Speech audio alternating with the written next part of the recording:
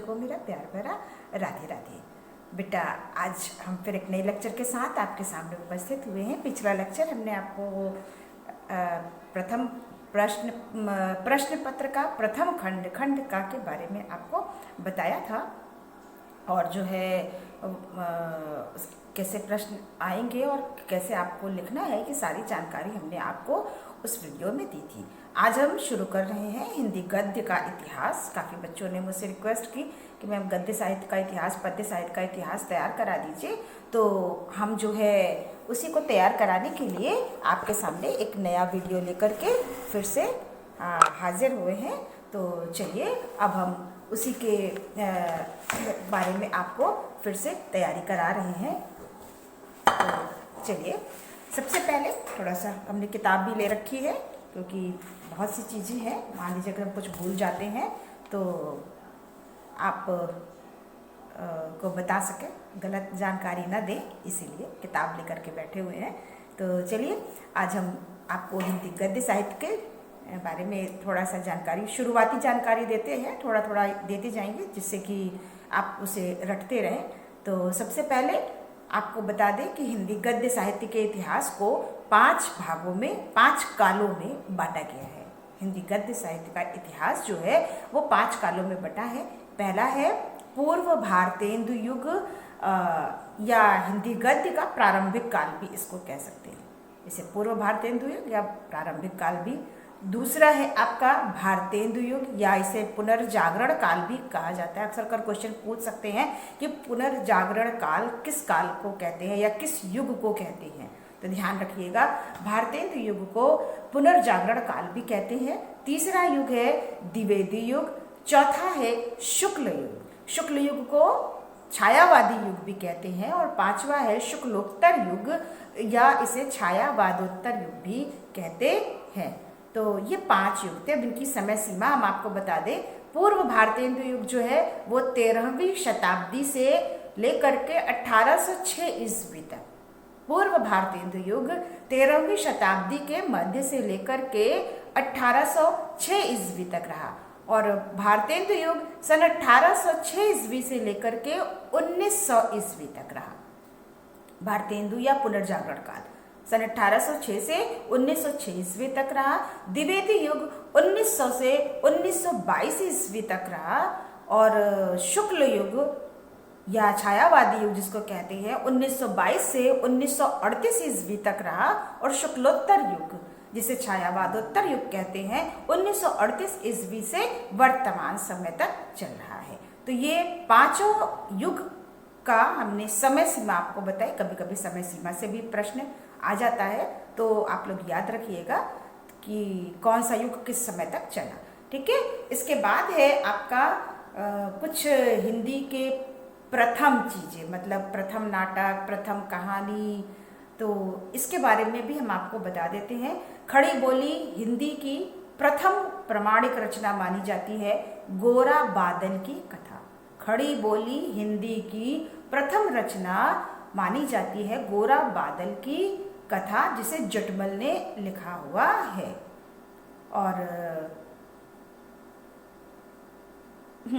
और हिंदी का प्रथम नाटक माना जाता है नहुष, जिसे गोपाल चंद्र गिरधर दास ने लिखा हुआ है।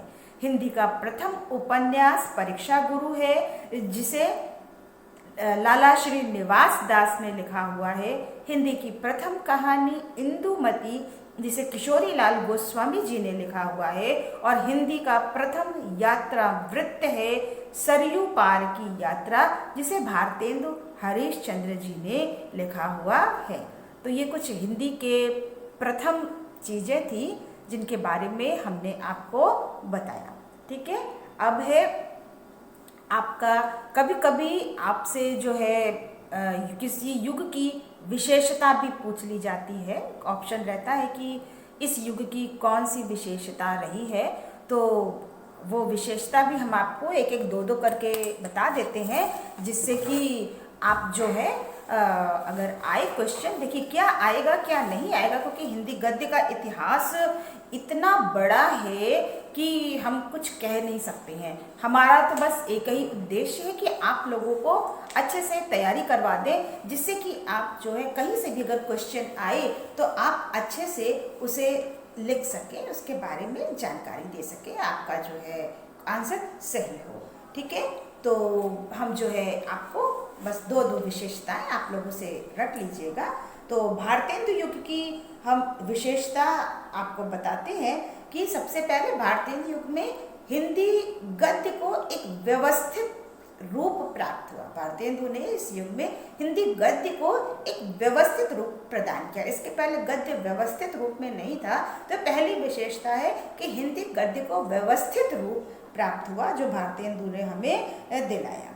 इसके बाद दूसरी विशेषता हम ये कह सकते हैं कि इनका जो गद्य, इस युग का जो गद्य है वो व्यवहारिक, सजीव और प्रवाहपूर्ण था। सजीव, व्यवहारिक और प्रवाहपूर्ण था। तीसरा है लोक प्रचलित शब्दावलियों का प्रयोग किया गया। लोक प्रचलित शब्दावलियों का प्रयोग किया गया। छोटे छोटे वाक्यों में गद्य को लिखा गया और कहावतों और लोकोक्तियों का भी यथोचित प्रयोग किया गया। और इस युग में गद्य में ब्रज भाषा का भी प्रयोग हुआ है और व्याकरण की कई त्रुटियां इस युग में दिखाई पड़ती हैं। तो ये भारतेंदु युग की हमने कई विशेषता आपको बता दी है। आप इसमें से कोई भी दो विशेषता रख लीजिएगा, ध्यान रखिएगा। अब आते हैं द्विवेदी युग। द्विवेदी युग की पहली विशेषता तो ये है कि जो व्याकरण की त्रुटियां पाई जाती थी भारतेंदु युग में, सबसे पहले महावीर प्रसाद द्विवेदी जी ने इन त्रुटियों को दूर किया। दूसरा, भाषा को परिमार्जित, परिष्कृत किया और शुद्ध हिंदी लिखने के लिए लेखकों को प्रेरित किया। इस युग में पत्रिकाओं का संपादन भी शुरू भारतेंदु युग में भी था, लेकिन इस युग में और अधिक पत्रिकाओं का प्रकाशन प्रारंभ हो गया और विषयानुसार विचार प्रधान एवं संयमित शैली का विविधतापूर्ण ढंग से द्विवेदी युग में प्रयोग किया गया, जिससे कि द्विवेदी युग की जो महिमा है वो अद्भुत महिमा से वो मंडित हो गया। तो ये द्विवेदी युग की विशेषता थी। और छायावादी युग की विशेषता है यथार्थपूर्ण भाव चित्रण। छायावादी युग की विशेषता है यथार्थपूर्ण भाव चित्रण और राष्ट्रीय चेतना का स्वत जागृत हुआ। सजीवता, यानी कि इस युग के जो है गद्य में जो है हमें सजीवता के दर्शन होते हैं। थोड़ा सा आपको बता दें और अच्छे तरीके से। एक तो भावपूर्ण यथार्थ चित्रण है और अनुभूति की सघनता। अनुभूति की संबंध, जो भाव थे वो भाव सघन थे और राष्ट्रीय चेतना का स्वर भी मुखरित हुआ है। तो ये आपका छायावादी युग की विशेषता है। ठीक है, तो ये हमने आपको बताई और विशेषता। अब कुछ पत्रिकाओं के बारे में भी बात कर लेते हैं। पत्रिकाओं का संपादन कब हुआ, किसने किया, ये एक प्रश्न आपका हमेशा आता है। हमेशा एक प्रश्न रखा हुआ रहता है।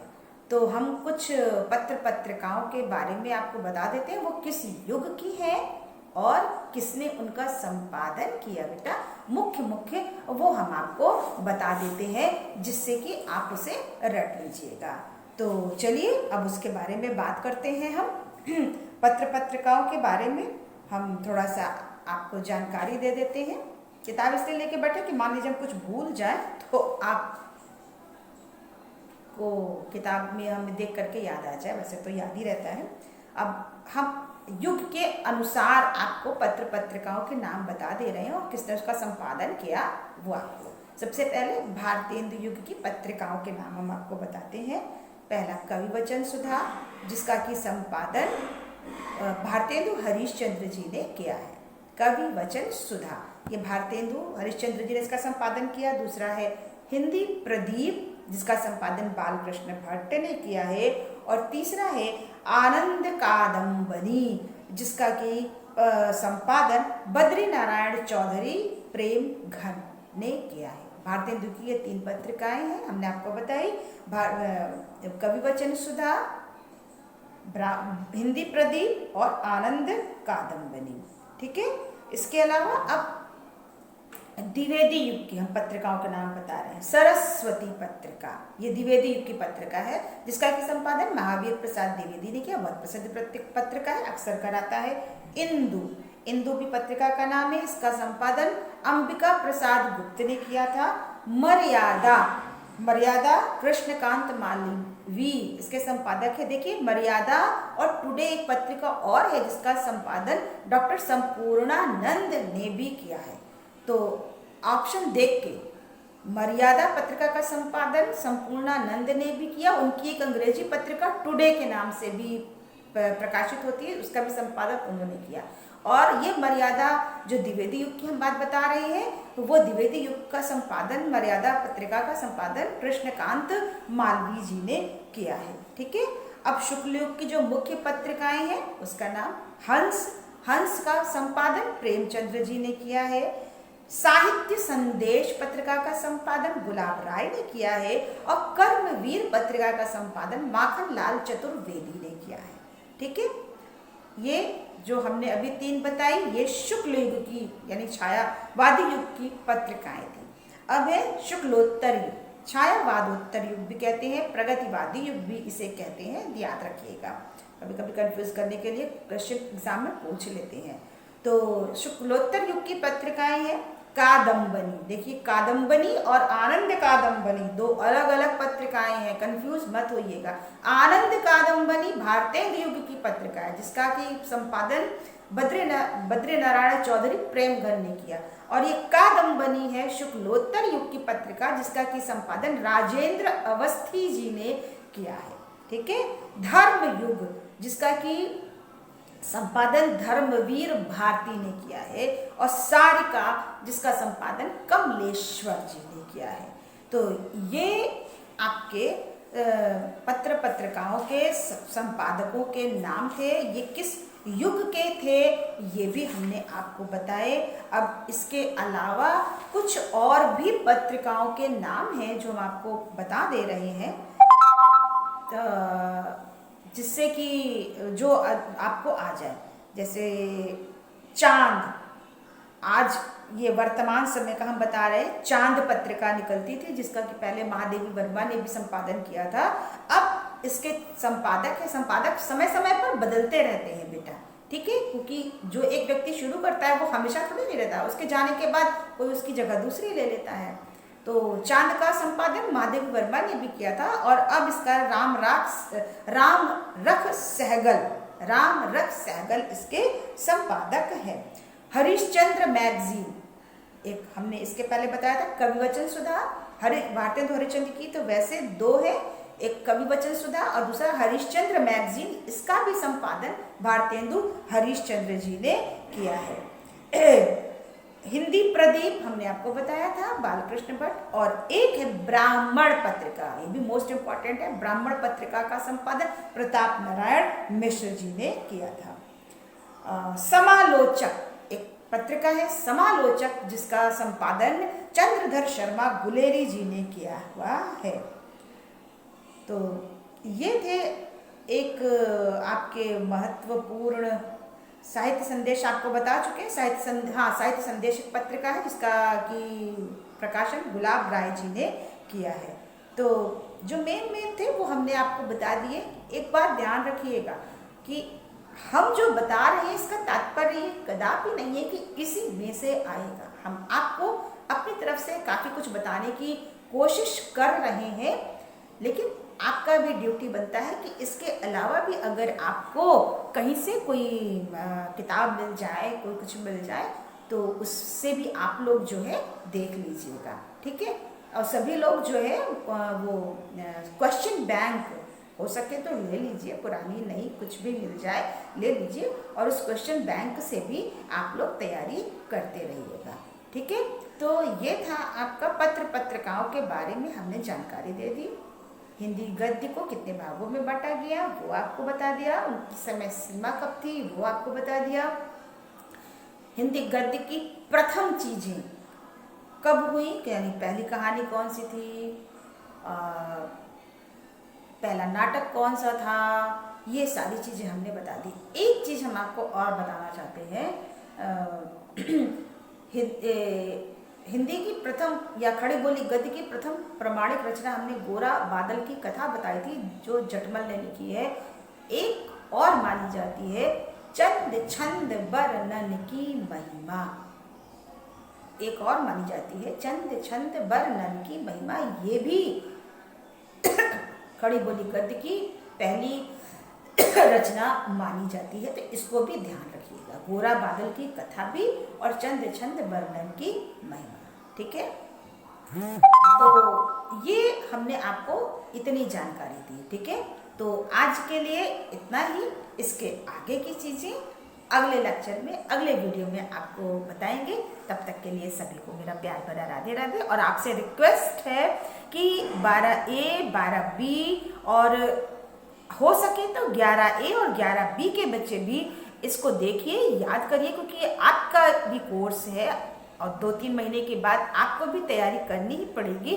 तो इसलिए आप लोग अगर इस वीडियो से लाभ उठा सकें तो ये मेरे लिए खुशनसीबी होगी, ठीक है। तो सभी को मेरा प्यार भरा राधे राधे, और अगले लेक्चर का इंतजार करिए।